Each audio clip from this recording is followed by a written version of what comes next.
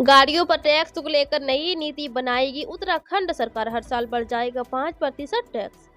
उत्तराखंड में राज्य सरकार अब वाहनों को लेकर एक बड़ा फैसला करने जा रही है। वाहनों को हर साल 5% टैक्स बढ़ाया जाएगा। इसको लेकर कैबिनेट में प्रस्ताव आ सकता है। आपको बता दें, प्रदेश में अभी तक वाहनों को टैक्स संशोधन का कोई भी फॉर्मूला नहीं है। कई साल तक मालवाहक और सवारी वाहनों का टैक्स नहीं बढ़ पाता है। अब राज्य सरकार राज्य में मालवाहक और सवारी वाहनों को टैक्स पर साल बढ़ाने का फैसला करने जा रही है। ये फैसला कैबिनेट में लाने की भी तैयारी हो रही है। इसके बाद प्रदेश में ये नई व्यवस्था लागू हो जाएगी। इसके करीब 5% टैक्स हर साल बढ़ जाएगा। मध्य प्रदेश भाजपा विधायक दल की बैठक से पहले हलचल तेज। मध्य प्रदेश विधानसभा चुनाव 2023 में भाजपा की शानदार जीत के बाद अब मुख्यमंत्री चुनने की बारी है। इसके लिए आज राजधानी में भाजपा विधायक दल की बैठक बुलाई गई है। मात्र भाजपा विधायक दल की बैठक से पहले हलचल तेज हो गई है। विधायक प्रहलाद पटेल के बंगले पर उनके समर्थकों का जमावड़ा होने की सूचना है। खबर मिली है कि पटेल के बंगले पर पुलिस सुरक्षा भी बढ़ा दी गई है। दिल्ली मध्य प्रदेश के नए मुख्यमंत्री के चयन पर राज्य के लिए भाजपा केंद्रीय पर्यवेक्षक के लक्ष्मण ने कहा, आज शाम विधायक दल की बैठक होगी।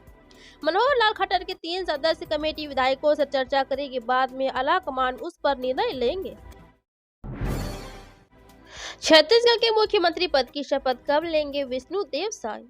बीजेपी नेतृत्व के लंबे विचार मंथन के बाद छत्तीसगढ़ को आखिरकार नया मुख्यमंत्री मिल गया है। मतगणना पूरी होने के बाद यह तय हो गया था कि सरकार बीजेपी की बनेगी, लेकिन पार्टी को सीएम घोषित करने में 1 हफ्ते का समय लग गया।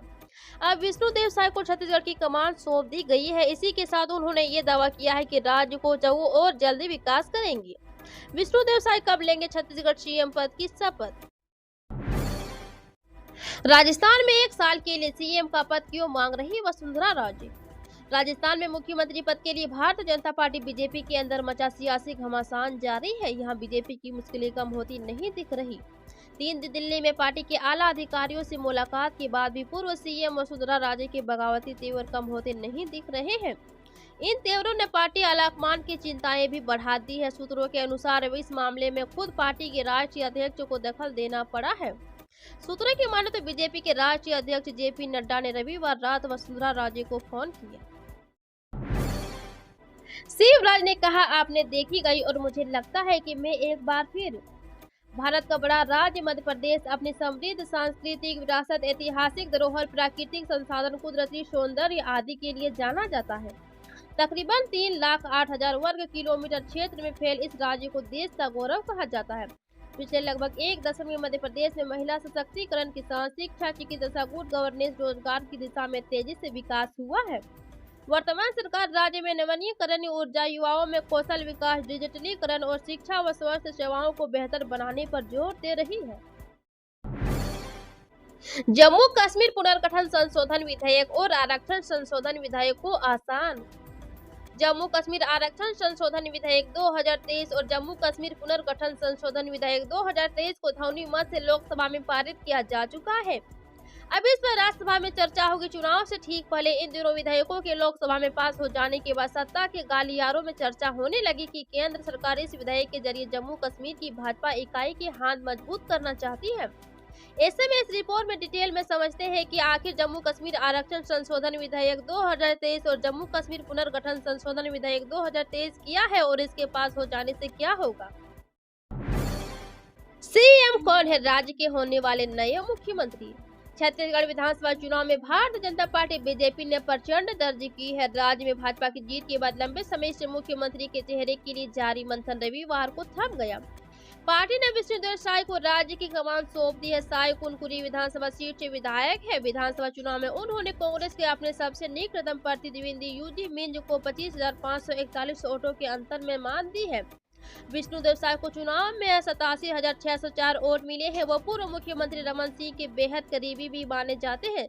साल 2014 में केंद्र में भाजपा की सरकार आने के बाद उन्हें केंद्रीय मंत्री भी बनाया गया।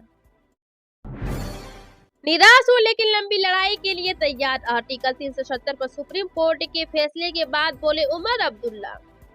जम्मू कश्मीर से आर्टिकल 370 हटाए जाने के केंद्र सरकार के फैसले को जायज ठहराते हुए सुप्रीम कोर्ट ने स्पष्ट कर दिया है कि राज्य में भारत का संविधान ही चलेगा। उच्चतम न्यायालय के इस फैसले के बाद सूबे के पूर्व मुख्यमंत्री और नेशनल कॉन्फ्रेंस के सीनियर लीडर उमर अब्दुल्ला ने निराशा जाहिर की है। उन्होंने कहा कि निराश हो लेकिन हतोत्साहित नहीं, संघर्ष जारी रहेगा। यहाँ तक पहुँचने में बीजेपी का 10 को लग गई। हम भी लंबे दौर के लिए भी तैयार हैं। इससे पहले रविवार को बारामूला में एक जनसभा को संबोधित करते हुए उन्होंने कहा था कि जम्मू कश्मीर में पार्टी का 370 का पुनर्बहाल करने की लड़ाई शांतिपूर्वक तरीके से जारी रहेगी।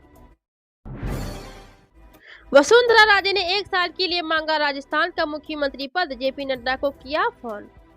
भारतीय जनता पार्टी की कद्दावर नेता और राजस्थान के पूर्व मुख्यमंत्री वसुंधरा राजे सिंधिया ने बीजेपी से अनोखी मांग की है।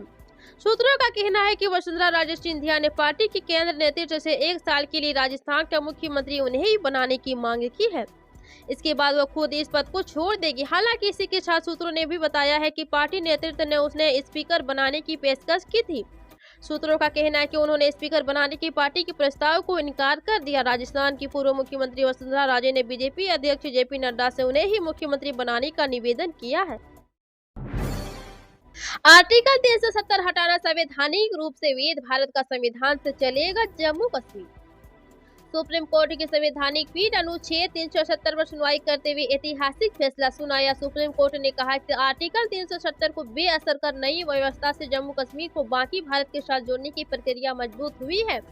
आर्टिकल 370 हटाना संवैधानिक रूप से वैध है। सीसीआई ने सुनवाई के दौरान कहा कि हमें सोलिसिटर जनरल ने बताया कि जम्मू कश्मीर को राज्य का दर्जा वापस दिया जाएगा।